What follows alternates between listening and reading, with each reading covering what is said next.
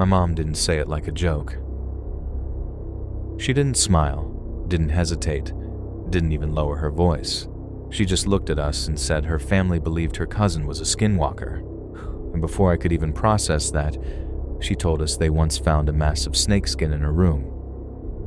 Not outside, not in the yard, but inside, in the corner, like something had shed it and left. That was the moment I realized this wasn't going to be a normal conversation.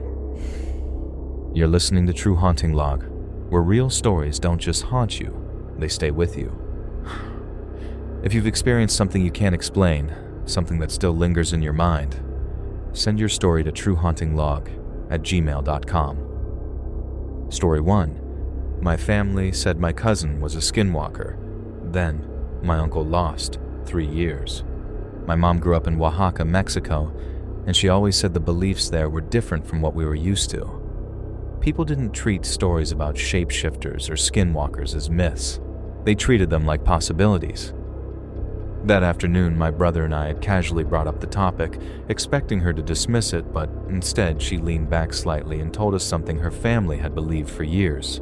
They believed her cousin Vicky could turn into a snake. It sounded impossible at first, and I remember asking her why anyone would think something like that. She told us that one day, relatives found a shed snakeskin in the corner of Vicky's room. It wasn't small either. According to her, it was far too large to belong to any normal snake in that area. The length alone made everyone uncomfortable, and the thickness made it even harder to explain. The strange part wasn't just the size, it was the location. The skin was inside her room, not near a window, not near a door, just in the corner, as if it had been left there. If a snake that big had actually been inside the house, someone would have noticed it. Someone would have tried to remove it. But no one ever found the snake itself. They only found the skin. That's when the rumors started spreading through the family. Some of them whispered that it wasn't a snake at all, that Vicky herself had left it behind. They didn't treat it like gossip. They treated it like something they genuinely couldn't explain.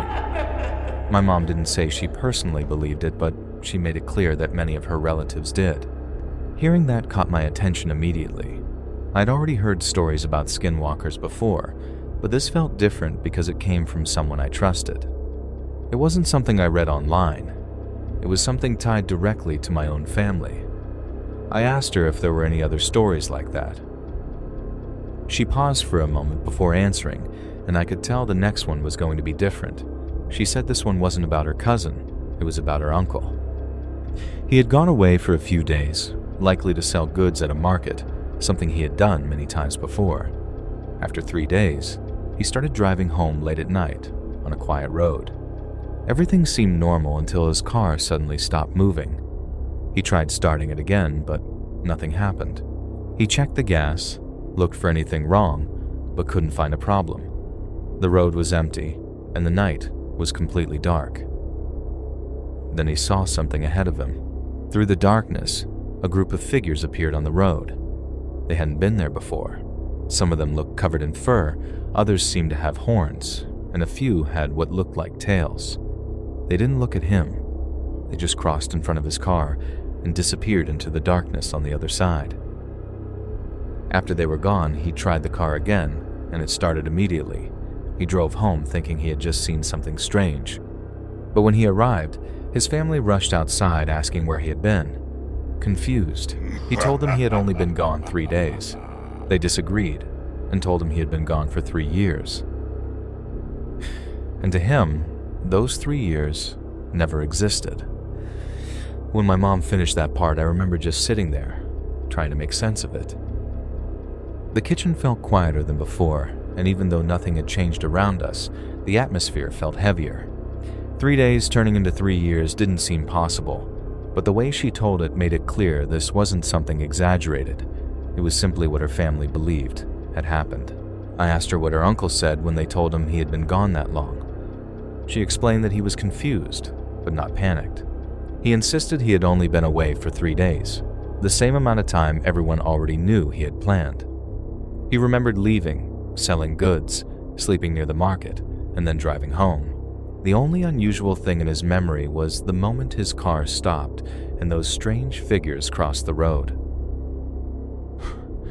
After that, everything felt normal to him. He didn't remember traveling anywhere else, didn't remember meeting anyone, and didn't recall any long gap in time. To him, there were no missing years at all. That was what made it more unsettling. It wasn't like he came back with partial memories or confusion. He was certain about what he experienced. Over time, the family tried asking him more questions, hoping something might trigger a forgotten memory. They asked where he could have gone, who he might have seen, and whether anything else strange had happened before or after. But he never added anything new. His story stayed the same every time he told it. That consistency made it harder to dismiss. If he had been confused or changing details, it might have sounded less convincing. But he repeated the same sequence of events over and over, always ending with the figures crossing the road and his car starting again. My mom said some relatives believed those figures weren't human. They described them as shapeshifters, something connected to the same beliefs about skinwalkers. According to them, encountering those beings might have been what caused the missing time. They didn't have a clear explanation for how it worked, but they treated the two events as connected. I didn't know what to think. It sounded impossible, but it also didn't sound like something made up for attention. The story had been told the same way for years within the family. No one added dramatic details, and no one claimed to know more than what actually happened. What made it even stranger was that during those 3 years, according to the family, no one had seen him anywhere. He hadn't contacted anyone, hadn't been spotted in nearby towns, and hadn't returned home, even once. It was as if he had simply disappeared and then reappeared without aging noticeably or remembering anything in between. That part stayed with me more than anything else, because it meant those missing years weren't just unaccounted for, they were completely blank. And the only thing that stood between those 3 days and those 3 years was that moment on the road. I asked my mom if her uncle ever tried to figure out what happened during those missing years. She said he did at first, but eventually he stopped. There wasn't anything for him to go on. No memories, no signs, nothing that could help him piece together where he had been. It was like trying to remember something that never existed. What made it even stranger, according to her, was that he looked almost the same when he came back. He hadn't aged the way someone normally would, over 3 years. It wasn't that he looked younger, but there was no noticeable change. That detail didn't seem dramatic on its own, but combined with everything else, it made the situation harder to explain. Some relatives started connecting it back to the figures he saw. They believed those beings weren't just passing by, that they were somehow involved in what happened next. The idea was that encountering them marked the moment something shifted, even if no one understood how. My mom told us that after that, her uncle avoided driving alone at night whenever he could. He never said he was scared, but he also never dismissed what he saw.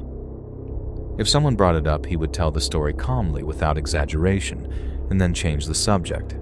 It was clear he didn't want to dwell on it. Hearing that made me think about the earlier story about her cousin. Both stories involved the same kind of belief, people changing, things happening that didn't follow normal explanations. It wasn't just one isolated event.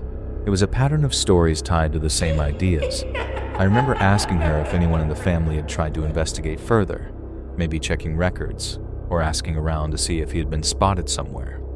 She said some people did, but nothing ever came from it. No one found evidence that he had been living elsewhere or traveling. It was as if those 3 years left no trace at all.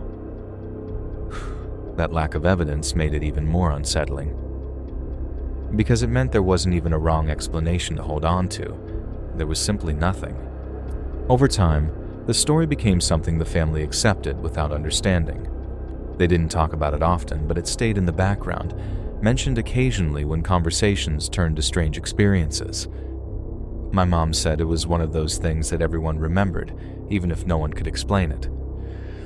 Sitting there in the kitchen, I realized this wasn't just a creepy story.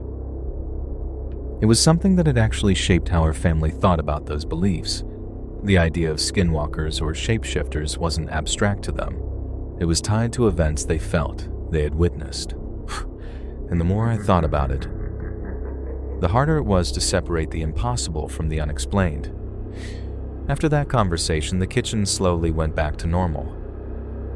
My brother changed the topic, my mom started preparing food again, and everything looked the same as before. But for me, it didn't feel the same. The stories stayed in my head, not because they were dramatic, but because they felt unfinished. Over the next few days, I kept thinking about both parts of what she told us. Her cousin, the snakeskin in the room, and then her uncle losing 3 years of his life. They didn't seem directly connected, but they came from the same place, the same family, and the same beliefs. That overlap made them harder to ignore. What unsettled me most wasn't the idea of shapeshifters itself. It was the lack of explanation. No one claimed to know how it worked, and no one tried to turn it into something more elaborate than it was. The stories were simple, consistent, and left without answers. My mom mentioned later that her uncle lived the rest of his life normally after that.